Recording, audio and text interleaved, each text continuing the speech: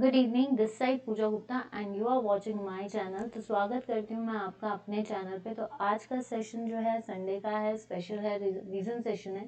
तो इस सेशन को देखिए, क्या अच्छा लगा आज आपको इस सेशन में ये भी बताना, और जितना हो सकता है सेशन को शेयर कीजिए, और जितना सेशन को शेयर कर सकते हैं उतना कीजिए, लाइक कीजिए एंड रिकमेंड कीजिए। तो चलिए शुरू करते हैं। Who succeeded Sirajudaulah as a Nawab of Bengal after the Battle of Plassey? Battle of Plassey जो है उसके मतलब जैसे किस आपका कहते हैं कि बैटल ऑफ प्लासी के बाद कौन सिराजुद्दौला के बाद नवाब ऑफ बंगाल बना था। तो सबसे पहला क्वेश्चन यहाँ से निकलता है, बैटल ऑफ प्लासी हुई थी 1757 में। कब हुई थी? 1757 में। और Siraj-ud-Daulah as a nawab of Bengal कब बने थे? Siraj-ud-Daulah as a nawab of Bengal. तो देखिए, बैटल ऑफ प्लासी किसके बीच में? रॉबर्ट, जो ब्रिटिशर था वो था आपका रॉबर्ट क्लाइव, जो कि फर्स्ट गवर्नर ऑफ बंगाल था। तो इसके बाद जब रेगुलेटिंग एक्ट आया 1773 में, तो रॉबर्ट क्लाइव से गवर्नर ऑफ बंगाल से गवर्नर जनरल ऑफ बंगाल हो गया। तो उस टाइम पे गवर्नर जनरल ऑफ बंगाल कौन बने? पहले वॉरेन हेस्टिंग। तो रॉबर्ट क्लाइव और सिराजुद्दौला के बाद जब ये लड़ाई हुई, तो उसके बाद जो था अलीवर्दी खान नहीं, क्योंकि ये 1740 से 46 तक आपका नवाब ऑफ बंगाल रहा है। कासिम और अगर शुजाउद्दौला की बात करें तो बैटल ऑफ बक्सर याद रखिए 1764 में हुई थी, जिसमें शुजाउद्दौला, ये तो हो ही नहीं सकता, नवाब ऑफ बंगाल पूछा है, ये तो नवाब ऑफ अवध है। मीर कासिम, आपका शुजाउद्दौला और आपका शाह आलम टू, इन तीनों के बीच जो थी, शाह आलम टू मुगल एम्परर था, इन तीनों ने जो है ब्रिटिशर्स के खिलाफ लड़ाई की थी। तो मीर कासिम तब नवाब ऑफ बंगाल थे। तो आंसर इज मीर जाफर। तो ये भी नहीं है, ये भी नहीं है। Who started Bhoodan movement? Bhoodan movement किसने शुरू की? महात्मा गांधी, स्वामी विवेकानंद, जयप्रकाश नारायण या विनोबा भावे? तो महात्मा गांधी ने क्विट इंडिया मूवमेंट शुरू की। सबसे पहला क्वेश्चन यही आता है कि ये कब साउथ अफ्रीका से आए थे? 1950। पहला सत्याग्रह कौन सा चलाया था? चंपारण में चलाया था। फिर खेड़ा सत्याग्रह, फिर अहमदाबाद स्ट्राइक, फिर 1919 में जलियांवाला कांड, 20 में आपकी नॉन कॉर्पोरेशन मूवमेंट, इन्होंने इरविन पैक्ट किया। देन इन्होंने जो है आपका पूना पैक्ट, इन्होंने इनमें पार्टिसिपेट किया। पूना पैक्ट भी इनकी वजह से हुआ था। दांडी मार्च 1930। 1942 का मेन एजेंडा करो या मरो, वो भी महात्मा गांधी ने किया। तो ये नहीं है। स्वामी विवेकानंद, जिन्होंने 1893 में जो है आपकी शिकागो पे स्पीच दी थी। बेलूर मठ इन्होंने बनाया। रामकृष्ण मिशन जो था इन्होंने शुरू किया। देन इनका जो स्टैचू है, मेमोरियल है, वो कन्याकुमारी में है। और स्वामी विवेकानंद का ओरिजिनल नेम क्या था? नरेंद्र दत्त। तो ये नहीं है। जयप्रकाश नारायण, जयप्रकाश नारायण को है जेपी भी कहा जाता है। और जयप्रकाश नारायण जो है, इन्होंने किसके साथ सपोर्ट किया है? सबसे ज्यादा महात्मा गांधी के साथ सपोर्ट किया है, नॉन कॉपरेशन मूवमेंट। तो ये नहीं है। आंसर इज विनोबा भावे, 1952 में शुरू हुई। और अगर हम देखें विनोबा भावे और भूदान में, इन्होंने अंत्योदय भी शुरू किया। और ये फर्स्ट सत्याग्रही रही है, इंडिविजुअल सत्याग्रह, जो कि 1940 में चला था। उसका पहला मेंबर कौन थी? विनोबा भावे। Second is Jawaharlal Nehru. तीसरा इज ब्रह्मदत्त। यहाँ तक क्लियर है किसी को? Arya Samaj was founded in which year? Arya Samaj जो है ये कब फाउंड किया जाता है? 1875, 1882, 1893 या 97? 97 तो नहीं है। 1893 में मैंने अभी बताया, शिकागो में स्पीच, ठीक है, किसने दी? विवेकानंद ने। 1882 में इंडियन नेशनल कांग्रेस की डीलिंग की थी, ए.ओ. ह्यूम ने विचार किया था, जो कि कब बनी थी? 1885 में इसका फर्स्ट सेशन हुआ। फर्स्ट सेशन के प्रेसिडेंट कौन थे? डब्ल्यू.सी. बनर्जी। ये कहाँ पे हुई थी? बॉम्बे में। होनी कहाँ थी? पुणे में होनी थी, बिकॉज ऑफ फेमाइन। तो इंडियन नेशनल कांग्रेस की सेटअप की बात 1882 में चली थी। किसने चलाई थी? ए.ओ. ह्यूम। का आंसर इज 1875। आर्य समाज जो है, that is the founder is Dayanand Saraswati. Satyarth Prakash इन्होंने लिखी। और गो बैक टू वेदास इन्होंने बोला। और इन्होंने जो है मूल शंकर, जो मूल शंकर थे, इनका नाम क्या था? मूल शंकर। एंग्लो वैदिक जितने भी स्कूल्स हैं दयानंद, वो इनसे रिलेटेड थे। तो आंसर इज आपका 1875। नेक्स्ट ये है आपके पॉलिटी के क्वेश्चंस। आई होप कि आपको हिस्ट्री का सेशन अच्छा लगा है। तो चलिए शुरू करते हैं। The impeachment process of president of India is adopted from. Impeachment process कब अडॉप्ट की गई थी? यूएस, यूके, यूएसएसआर या फ्रांस? देखिए फ्रांस में से ली गई थी equality, fraternity and justice French से। यूएसएसआर से लिया गया फंडामेंटल ड्यूटीज, जो कि कितनी थी? 51, ठीक है, आर्टिकल 51 पार्ट ए। और स्वर्ण सिंह कमेटी से आई थी, ठीक है, और पहले कितनी थी? 10, और बाद में 86 के हिसाब से ये 11 हो गई थी। यूके से लिया आपका रूल ऑफ लॉ या पार्लियामेंट सिस्टम, ठीक है, सिंगल सिटीजनशिप यहाँ से ली, तो ये नहीं है। Answer is USA. यूएसए से जो है प्रेसिडेंट इम्पीचमेंट, महाभियोग की प्रथा जो है वो किसने, कहाँ से ली गई है? यूएसए से ली गई है। जुडिशियल रिव्यूज यहाँ से लिए गए, फंडामेंटल राइट्स यहाँ से लिए गए, ठीक है। तो answer is USA. The Indian constitution has how many parts? Indian constitution जो है ये आपको पता है 26 नवंबर 1949 में कॉन्स्टिट्यूंट असेंबली बनी, और 26 जनवरी जो है 1950 में जो है आपका कॉन्स्टिट्यूशन बन गया था। तो इंडियन कॉन्स्टिट्यूशन को कितने साल लगे थे? 2 साल 18 महीने 11 दिन, ठीक है। किसने बनाया था? ड्राफ्टिंग कमेटी का हेड कौन था? अम्बेडकर, मिस्टर अम्बेडकर जी। तो 18, देखिए आज तक कितनी अमेंडमेंट्स हो चुकी हैं? 104, ठीक है। अगस्त तक 105 हो चुकी हैं। कितने पार्ट्स बन चुके हैं आपके, या आप इसको बोल सकते हो कितने आर्टिकल्स इंक्लूड हो चुके हैं? 495। कितने हो चुके हैं? 495। 448 जो है आर्टिकल्स अब तक हो चुके हैं, बट पहले कितने थे? 395। जब से ये 105 हुआ है तब से आपके जो है 395 से ऊपर है, 400 से ऊपर हैं आपके आर्टिकल्स। तो कितने पार्ट्स हैं? 22 पार्ट्स हैं। शेड्यूल्स कितने हैं? 12 हैं। ये याद रखना कितनी अमेंडमेंट्स है? 105, जो कि अगस्त 2021 तक हो चुकी हैं। पिछले साल 104 थी, इस साल 105 अमेंडमेंट्स हो चुकी हैं, जिसमें आपके 12 शेड्यूल्स हैं, 22 आपके पार्ट्स हैं, ठीक है। तो ये याद रखना। और अभी तक जो है कितने आप देख सकते हैं 448 जो है वो आर्टिकल्स बन चुके हैं। This is the tentative. वैसे पहले कितने थे? 395। Now Sikkim was granted statehood in which year? Sikkim को स्टेटहुड कब मिला? 1980 में जो है आपकी इंदिरा गांधी वापस पावर में आई थी, तो ये नहीं है। 1982 नहीं है आंसर। 1987 में नॉन कांग्रेस गवर्नमेंट बनी, आंसर इज 1975। 36 अमेंडमेंट, 36 अमेंडमेंट, ठीक है। Right to privacy come under which article of Indian constitution? Right to privacy जो है वो किस में आता है? आर्टिकल 19 में आता है right to speech, freedom of speech, आप कुछ भी बोल सकते हो। आपका आर्टिकल 20 जो है दैट इज द फ्रीडम, आपकी प्रोसिक्यूशंस या फ्रीडम है। आर्टिकल 27 जो है ये freedom to the payment of taxes, ठीक है। तो जैसे राइट टू पर्सनल लाइफ की फ्रीडम है, वैसे ही आपको प्राइवेसी भी इसी आर्टिकल के अंदर आता है, article 21। Fundamental rights can be suspended bye? Fundamental rights कौन सा पार्ट है? पार्ट 3, 12 से 35 तक आता है। तो governor, law minister, prime minister, या prime minister is the real head, president is the nominative head, governor is the head of the state, law minister is the attorney general, ठीक है। First law minister is the law कौन है? Attorney general, जो कि article 76 में आता है। तो आंसर इज कौन सस्पेंड कर सकता है? आपके प्रेसिडेंट, अंडर आर्टिकल 358 और 359, ठीक है। तो यहाँ तक क्लियर है। कोई भी चीज़ अगर आपको लगे डाउटफुल आप लिख देना, मैं आपको करेक्ट कर दूंगी, पर कोशिश पूरी की है कि कोई गलती ना हो या आपको सेटिस्फाई कर सके।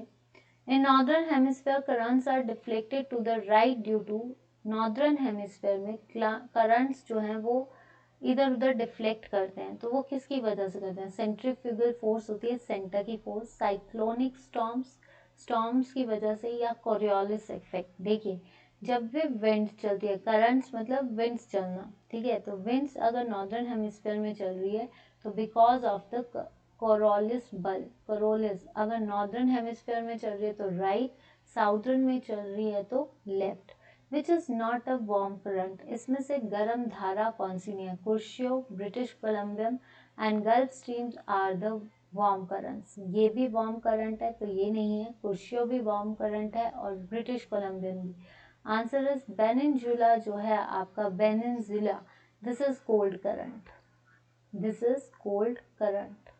ठीक है, नेक्स्ट आता है which state has abundant black soil. सबसे ज्यादा ब्लैक सॉइल किसके पास होती है?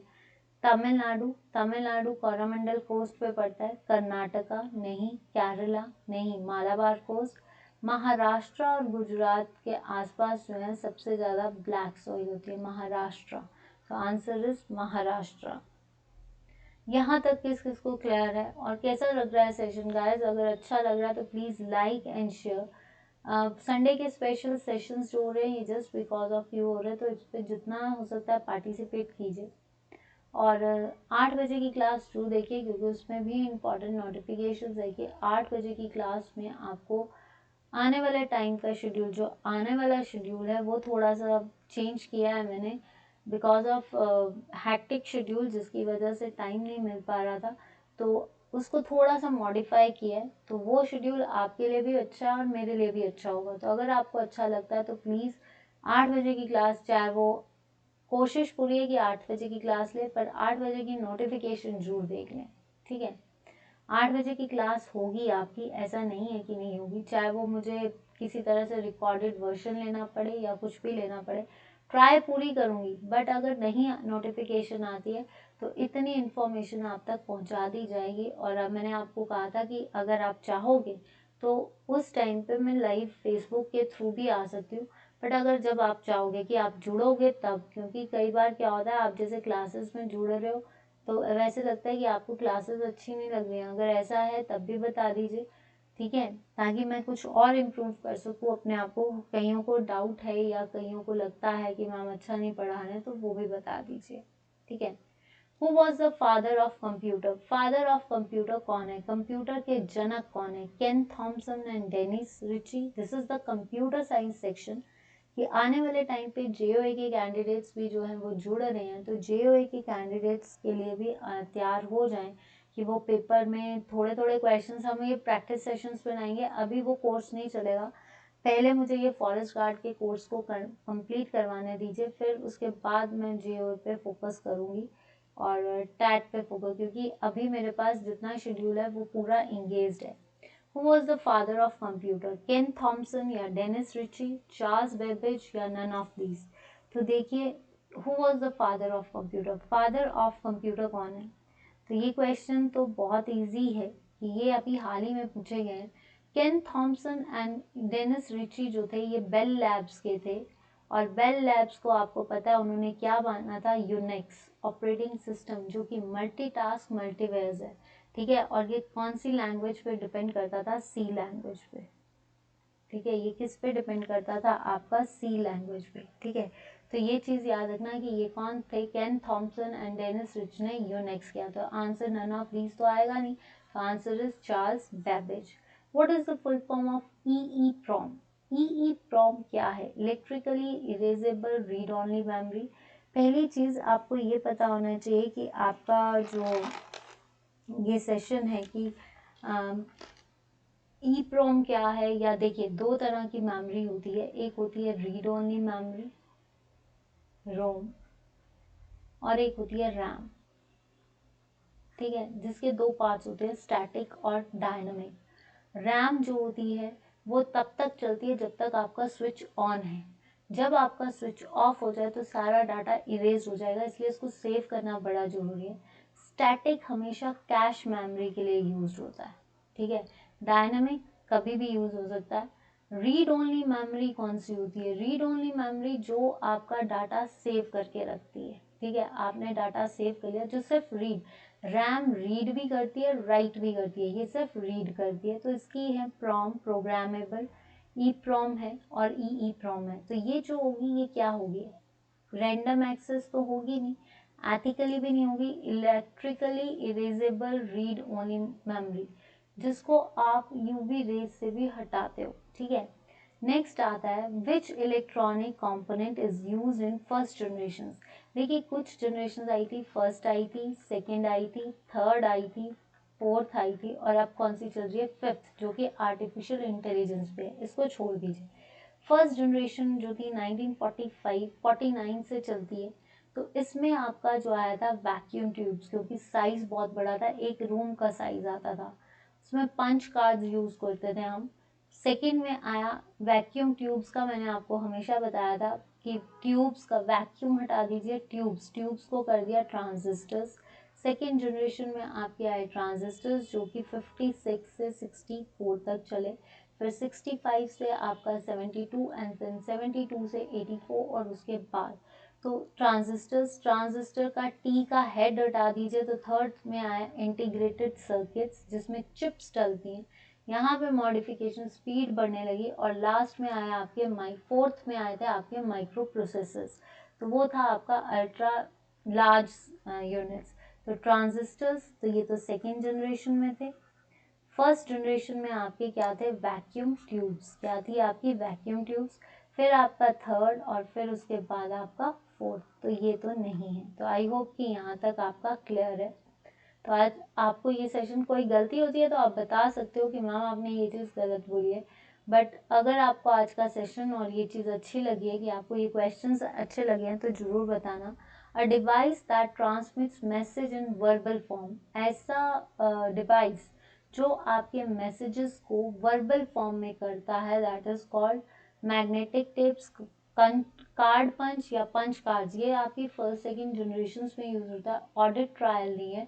आंसर इज जो हमारी वर्ब, मतलब हम जो भी सुन रहे हैं उसको वर्ब में चेंज करने के लिए हमें क्या चाहिए, audio response unit. Answer is audio response unit, ये आएगा इसका answer. What is the main folder on the storage device called? Storage device में क्या होता है, डिवाइस ड्राइवर्स जो होते हैं सिस्टम सॉफ्टवेयर, ठीक है, तो ये नहीं है। ड्राइवर्स जो डिवाइस में यूज होते हैं सिस्टम का है। इंटरफेस दोनों ड्राइवर्स को या दोनों सिस्टम्स को कनेक्ट करता है। प्लेटफॉर्म जहाँ पे आप सेटअप बनाते हो। आंसर इज रूट डायरेक्टरी, क्या आएगा आपका, root directory. A digital computer is based on, देखिए जो भी कंप्यूटर है वो बाइनरी लैंग्वेज फॉलो करता है, और बाइनरी लैंग्वेज क्या होती है, 0 और 1, क्या होती है, 0 और 1। तो डिजिटल कंप्यूटर किस प्रिंसिपल पे डिपेंड करेगा, काउंटिंग पे, मल्टीप्लिकेशन पे नहीं, लॉजिक पे नहीं। आपको पता है कंप्यूटर की जो मेमोरी होती है या उसके जो मेन हेड होता है वो क्या है, सीपीयू, जो कि किस पे डिपेंड करता है, अर्थमेटिक लॉजिक यूनिट पे, ठीक है। सबसे पहले वो किस प्रिंसिपल पे काम करेगा, काउंटिंग पे। कोई भी डाउट होगा प्लीज बोल देना, ठीक है। नेक्स्ट क्वेश्चन, तो वो थे आपके कंप्यूटर के सेशंस। आपको आज का सेशन क्या आप चाहते हो कि कंप्यूटर के क्वेश्चंस और हो, तो वो भी बताना। अब आता है आपका साइंस का session. Which vitamin is provided by the sunlight to the body, इसमें से कौन सा विटामिन है जो आपको सनलाइट से मिलता है, आपकी बॉडी में सनलाइट से मिलता है।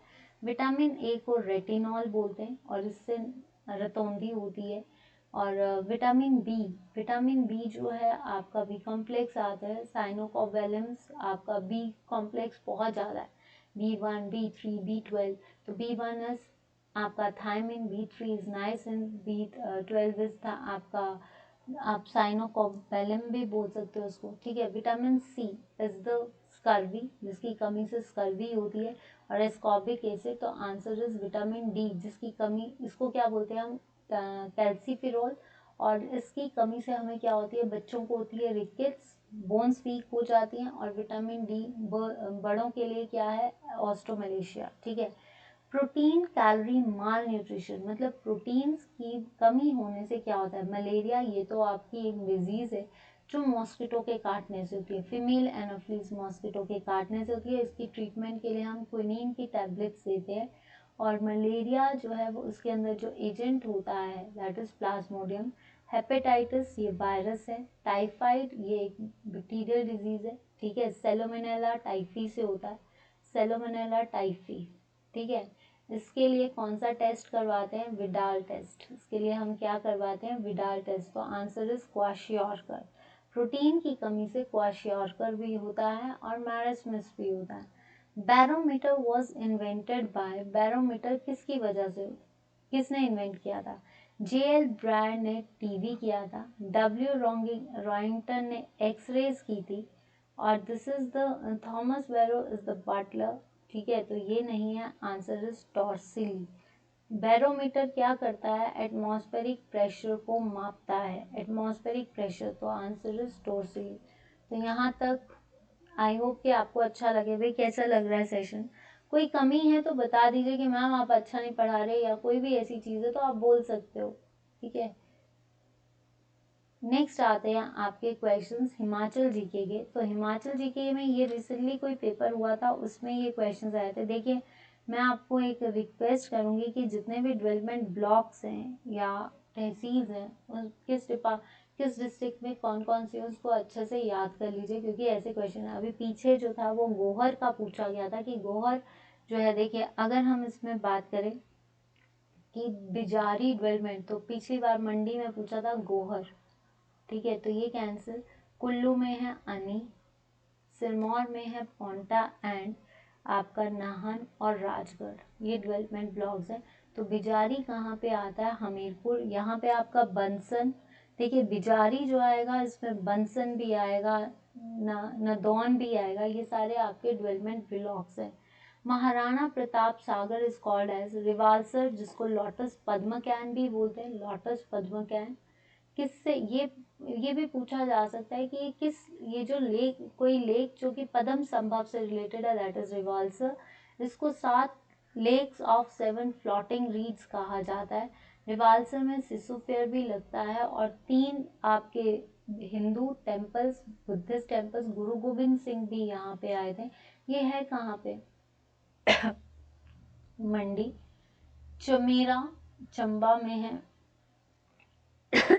सॉरी, चंबा में है, और NHPC इसको देखता है, और ये किस नदी पे है? रावी नदी पे। ठीक है, पंडो सबसे छोटी डैम, देखिए सबसे बड़ी अगर है तो वो है गोविंद सागर। गोविंद सागर जो है वो है आपकी सबसे बड़ी लेक, जो कि सतलुज पे है। ठीक है, और पंडो जो है वो सबसे छोटी लेक है, जो कि आपकी ब्यास पे है। तो ये नहीं है, answer is Pong dam. Pong dam का नाम जो है महाराणा प्रताप सागर है, जिसमें आपकी ये किस पे बनी है? ब्यास। ये तलवाड़ा को जाओ तब आता है, तो बेसिकली ये कांगड़ा को ही कवर करता है। और अगर देखा जाए तो ये जो है एक बर्ड सेंचुरी भी है, जहाँ पे हर साल मार्च के टाइम पे ऑस्ट्रेलियन क्रेन्स यहाँ पे आते हैं। ठीक है, next, Rupa valley is located in Solan. Solan is famous for mushroom valley and स्प्रून वैली। स्प्रून वैली को रेड वैली भी बोलते हैं, जहाँ पे सबसे ज़्यादा टमाटोज होते हैं। Lahaul Spiti valley of orchards and granary, जो कि है पट्टन वैली। चंद्रा वैली, जिसको रंगोली वैली भी बोलते हैं, और कॉक्सर इज द फर्स्ट गांव।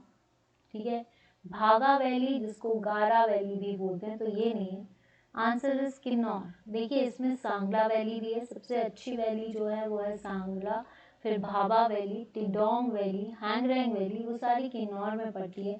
रीबा वैली जो कि किसके लिए फेमस है? ग्रेप्स के लिए। शिमला, शिमला जो है, जैसे इसमें जगहें कौन कौन सी आती हैं? शिमला में नालदेहरा है, कुफरी है, आपका नारकंडा है, कंडा घाट, नारकंडा है, ये सारी जगहें जो है। यहाँ पे हाटू पीक है, Hatu peak is the highest point here, so that is called in Shimla. ठीक है, क्षितिधार इज लोकेटेड इन, क्षितिधार कहाँ पे है? ठीक है, देखिए मंडी में हाईएस्ट पीक है नारगू, सिरमौर में है चूड़धार। ठीक है, नेक्स्ट अगर देखें चंबा में जो है आपकी कौन कौन सी है? आपकी चंबा में कई पीक्स हैं, तो जैसे पीर पंजाल, मनी महेश पीक यहाँ पे पड़ती है, तो आंसर इज कुल्लू। क्षितिधार कहाँ पे है? कुल्लू में है। नेक्स्ट क्वेश्चन देखिए, यहाँ तक क्लियर है? नाउ नेक्स्ट इज, फिर HPG के Pauri fair is celebrated in, Pauri fair जो है आपका कहाँ पे सेलिब्रेट होता है? पौड़ी फेयर किन्नौर में तो फुलेज फेस्टिवल होता है, आजकल जैसे श्राद्ध चले हैं तो ये फेस्टिवल वहाँ पे मनाया जाएगा। ब्रह्म कमल जो है वो साल में एक बार ही खिलता है। आपका शिमला, तो शिमला में आपके विंटर कार्निवल्स होते हैं, ये नहीं। चंबा में Mani Mahesh fair, Minjar fair, Sikdi fairs, ये सारे लगते हैं। आंसर इज लाहौल स्पीति, जो कि त्रिलोकीनाथ मंदिर में लगता है। जो एकमात्र अवलोकितेश्वर टेम्पल है जहाँ पे आपके हिंदू और बुद्ध दोनों की पूजा होती है। और सारे साल में जो है ये कहाँ पे क्या किया जाता है, एक घोड़े को सजाया जाता है, ठीक है, उदयपुर में ज़्यादा मनता है। रानी खैरगढ़ी बिलोंग्स टू विच, देखिए मंडी आपका सिरमौर, सिरमौर से किनकरी देवी यश वायस परमार, सोलन से सलमान रशीद, ठीक है, जिन्होंने अनीस किला बनाया था। ऊना नहीं तो आंसर इज मंडी, जिन्होंने किसमें मंडी कॉन्स्पिरेसी में बात किया था और इनको फिर बाद में क्या था, निकाल दिया गया था, ठीक है। The founder of Bushahr, Bushahr, ठीक है, बुशहर स्टेट के राज्य फाउंडर कौन था, गोविंद पाल, ये तो थे धामी के। और धामी की कैपिटल थी हलोग। जिन्होंने प्रिंसली स्टेट्स नहीं देखी हैं, जो नए हैं आज, वो प्लीज़ HPGK की प्लेलिस्ट बनी हुई है HPGK, जिसमें ये सारी प्रिंसली स्टेट्स की डिटेलिंग दी गई है। आप वहाँ से देखिए, सब कुछ क्लियर हो जाएगा। और अगर नहीं होता तो आप टेलीग्राम पे हमें मैसेज कीजिए या फिर फेसबुक पेज पे हम आपको बता देंगे। तो HPGK की प्रिंसली स्टेट जरूर देखना, ये आपकी प्लेलिस्ट में बनी हुई है, ठीक है। दुर्गा सिंह ने जो है दारकोटी रियासत बनाई। पृथ्वी सिंह ने ढेलत बनाई। तो प्रद्युमन जो थे, उन्होंने जो है बुशहर स्टेट बनाई, जिसने कैपिटल किसको रखा, कामरू को। इसने कैपिटल किसको रखा, कामरू को। तो ये याद रखना, किसने, कामरू, ठीक है। तो बाद में कामरू से सरहा किया छतर सिंह ने। नेक्स्ट, और एकमात्र रियासत जो कि 1857 की क्रांति में जिसने सपोर्ट नहीं किया था, और Shamsher Singh was the ruler, जिसने ब्रिटिशर्स की कोई भी बात नहीं मानी। Last ruler is Padam Singh. Main ruler is Raja Keri Singh, जिसको अजाना बाहू और छत्रपति भी कहते हैं। और अजाना बाहू क्यों, क्योंकि वो सीधा खड़े होकर अपने अंगूठे को टच कर सकता है। हैंगरैंग वैली इसको दी, लवी फेयर इधर शुरू हुआ था, ठीक है। The capital of Trigarta was, Trigarta की राजधानी क्या है, नगर, तो नगर कुल्लू की है, बहुत बार कर चुके हैं, विशुद्ध पाल ने बनाई। सुन्नी जो है ये किसकी कैपिटल है, ये है आपकी भज्जी की, सोहन चंद ने बनाई, तो ये नहीं है। कामरू अभी क्या बुशहर की कैपिटल है, तो answer is Nagarkot. Trigarta is the oldest रियासत, पहले बनाई भूमि चंद ने, ठीक है, मुल्तान तक फैलाई। फिर उसके बाद किसने किया था, ये आपका मुल्तान ने। उसके बाद किसने किया, आपका ये त्रिगर्त सुशर्मा चंद, जिसने कौरवों का साथ दिया था, ठीक है। तो यहाँ तक हो गया। नेक्स्ट सेशन देखते हैं, ये है आपके करंट अफेयर्स। जो हम करंट अफेयर्स देखिए, सुबह आपके करंट अफेयर्स का सेशन होता है, उसको देख लीजिए, उसका होमवर्क कीजिए। अप्रैल का होमवर्क चल रहा है। फिर उसके बाद जैसे ही सितंबर खत्म, देखिए सितंबर के साथ हमने अप्रैल भी डील कर लिया, अक्टूबर के साथ हम मई को डील करेंगे। तो जल्द से जल्द सेशंस के साथ उनके साथ भी जुड़िए। In which country is the Bangabandhu Bapu museum located, Bangabandhu Bapu museum जो है ये किस कंट्री में है, श्रीलंका, म्यांमार, बांग्लादेश या चाइना। तो क्या आंसर होना चाहिए, बांग्लादेश। क्या है आपका, Bangladesh. New bacteria found in the international space station has been named after which Indian scientist, कि इंटरनेशनल स्पेस स्टेशन पे एक बैक्टीरिया फाउंड किया गया है। तो ये बैक्टीरिया किसके नाम पे रखा गया है, किस इंडियन साइंटिस्ट के नाम पे, जगदीश चंद्र बसु, बोस नहीं, आपका APJ अब्दुल कलाम नहीं, CV रमन नहीं, आंसर इज अजमल खान। देखिए जगदीश चंद्र बसु ने जो है स्पेक्ट्रोस्कोपी पे दिया था। APJ कलाम को हम मिसाइल मैन ऑफ इंडिया कहते हैं। CV रमन ने रमन इफेक्ट दिया था। तो अजमल खान जो थे, इसके नाम पे एक बैक्टीरिया बना है, अजमाली बैक्टीरिया। तो इस अजमाली बैक्टीरिया को किसका नाम दिया गया, अजमल खान का। तो यहाँ तक क्लियर। नेक्स्ट देखते हैं, विच institution has launched the little Guru app, little Guru app किसने लॉन्च की है, तो ये लॉन्च की है ICCR। किसने लॉन्च की है, ICCR, ठीक है। Nora Al Matrooshi has been identified as the first female astronaut by which country, Nora Al Matrooshi जो है इसको हाल ही में किस फर्स्ट फीमेल एस्ट्रोनॉट चुना गया है, तो वो कहाँ की हैं, UAE की। कहाँ की हैं, UAE की, ठीक है। तो यहाँ तक क्लियर है। चलिए अब आता है आपका इंग्लिश का session. Antonyms of Kindle, Kindle होता है उजागर करना, जलाना, इग्नाइट, एनकरेज या इग्नोर या एक्सटिंग्विश। तो ये जो होता है आपका एंटोनिम, इसका जो आंसर होगा वो होगा आपका एक्सटिंग्विश। क्या होगा आपका एक्सटिंग्विश। ठीक है। D, one word, a person who is granted the standard of ordinary society specially dressing, मतलब एक ऐसा पर्सन जो मतलब अगेंस्ट जैसे सोसाइटी की आजकल डिमांड है उस सोसाइटी से हट के चलना। बट तो नहीं होगा, जोकर भी नहीं होगा, जोकर भी नहीं लगता। स्केप गोट मीन्स बलि का बकरा। कई बार क्या होता है, करता कोई और है, फंसता कोई और है, दैट इज कॉल्ड बलि का बकरा बनना। ठीक है। तो स्केप गोट का मतलब बलि का बकरा। तो जो आपका ऑर्डिनरी सोसाइटी स्पेशली डिजाइन, मतलब जो आपकी ड्रेसिंग सेंस है, उस जो आज की ड्रेसिंग सेंस के हिसाब से आपकी एक बोलते हैं ना आउटडेटेड ड्रेसिंग सेंस होना, दैट इज कॉल्ड हिप्पी। तभी कहते हैं समय के साथ चलो, वक्त के साथ चलो। अगर वक्त के साथ नहीं चलेंगे या फिर टाइम के अकॉर्डिंग नहीं चलेंगे तो उससे क्या होगा, हमें लोग पिछड़ा हुआ मानेंगे। ठीक है। We must dash for the movie in advance, we must for tickets buy या सेल। तो वी हमें पहले से ही टिकट्स बेच देनी चाहिए, नहीं, we must buy tickets for cell.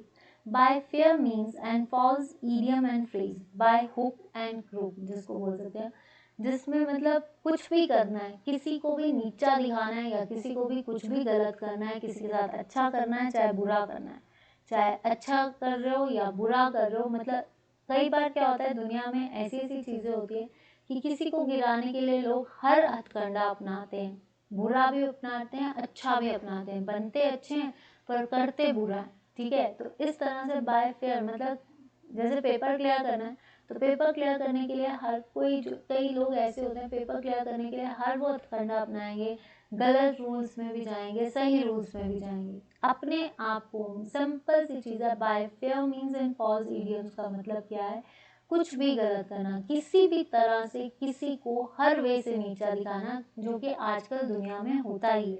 तो इसका आंसर क्या है, इन एनी वे, without using common sense. Common sense तो उनमें उस टाइम पे तो पता नहीं, पर विदाउट डिफिकल्टी हैविंग इसे मतलब in any way you have to make down others, या फिर किसी तरह से किसी को नीचा दिखाना, किसी को कवर करना, किसी को कुछ भी करना, दैट इज इन एनी वे। ठीक है। नेक्स्ट क्वेश्चन अब आता है आपका समास। माता पिता में कौन सा समास है, द्वंद, अव्ययी भाव, तत्पुरुष या बहुव्रीहि। तो आंसर इज माता और पिता होता है। तो जब माता और दो आ रहे हैं तो दो के लिए हम हमेशा समास कौन सा यूज करेंगे, द्वंद। ठीक है। पराजय में उपसर्ग, उपसर्ग हमेशा क्या होता है, प। ठीक है। इसको छोड़ दीजिए, ये उसका लाइन आ गई है, इसको कट कर देना प्लीज, ये इस पे टाइप हो गया है। धरती का पर्यायवाची क्या है, वसुमती, तरंगिणी, धरणी या तटनी। तो धरती का पर्यायवाची होता है धरणी। ठीक है। ये उस पर टाइप आ रहा है डबल। ठीक है। भाई पच जाना मुहावरे का अर्थ क्या है, बाई पच जाना। बाई पच जाना मतलब बाई पच जाना, शांत हो जाना, आश्रय देना, बदनाम होना या सीमा ना रहना। तो बाई पच जाने का मतलब क्या होगा, सीमा ना रहना। ठीक है। सीमा ना रहना। फिर भी अगर किसी को डाउट है तो आप कर सकते हो, क्योंकि हिंदी में मैं हमेशा बोलती हूँ डाउट हो सकता है, पर बाई पच जाने का मतलब या तो सीमा ना रहना। ठीक है। तो ये था आपका आज का सेशन। 8 बजे की क्लास पे जुड़िए। अगर हम कोशिश पूरी है मेरी 8 बजे की क्लास लगाने की आज, पर 8 बजे की क्लास लगेगी आपकी आज। ठीक है। तो आप उस क्लास में जुड़िए। उस क्लास में जो है आपके साथ एक इम्पॉर्टेंट नोटिफिकेशन भी हम डील करेंगे और कुछ नया करने की कोशिश की है फिर से, तो देखते हैं क्या होता है फिर से। तो चलिए 8 बजे का सेशन जरूर ज्वाइन कीजिए, सभी से रिक्वेस्ट कर रही हूँ, शेयर कीजिए वीडियोस को। अगर अच्छा लगता है ना सेशन तो please like, share and subscribe on Facebook page Pooja Gupta, on YouTube it's Pooja Gupta, on Telegram it's Pooja Gupta, let's learn with me. आप मेरी हिम्मत हो, इससे ज़्यादा मेरी हिम्मत कोई भी नहीं। आप मेरी हिम्मत हो, आप ही मेरे सपोर्टर्स हो। आप मुझे कितनी हिम्मत देते हो, कितनी मोटिवेशन, आपकी मोटिवेशन मेरे लिए बूस्ट ऑन है। तो देखते हैं आप कितना बूस्ट ऑन करते हो, कितना साथ देते हो। आज तक साथ देते आए हो। कई ऐसे स्टूडेंट्स हैं जिन्होंने मेरा हमेशा साथ दिया है, तो उनको तहे दिल से शुक्रिया, और जो साथ दे रहे हैं उनका भी शुक्रिया। ऐसे ही साथ बनाते रहिए, ऐसे ही जो है मोटिवेट करते रहिए। तो बहुत जल्दी जो है अगर आप साथ देते रहे तो हम बहुत जल्दी लाइव भी आ सकते हैं। डिपेंड आप पे कर रहा है। मेरे पे जितना कर सकता है मैं कर रही हूँ कोशिश, लेकिन आपकी शेयरिंग, आपकी रिकमेंडेशन ही ये डिपेंड करती है कि आप कितनी जल्दी लाइव लाते हैं। ठीक है, तो आज के लिए इतना ही। मिलती हूँ आपसे नेक्स्ट सेशन पे 8 बजे का, और फिर मंडे से तो आपके सेशन है ही। कोई रिकमेंडेशन बतानी है तो भी बता देना। 8 बजे की क्लास अगर आप चाहते हो कि लाइव आए तो फेसबुक के थ्रू, तो आप मुझे कुछ भी बता देना, मैं उस टाइम आपके साथ फेसबुक लाइव आ जाऊंगी, कुछ भी डिस्कस करेंगे, क्योंकि एक बार डिस्कस करना बहुत ज़रूरी है। तो आज के लिए इतना ही। Good night, take care, bye bye.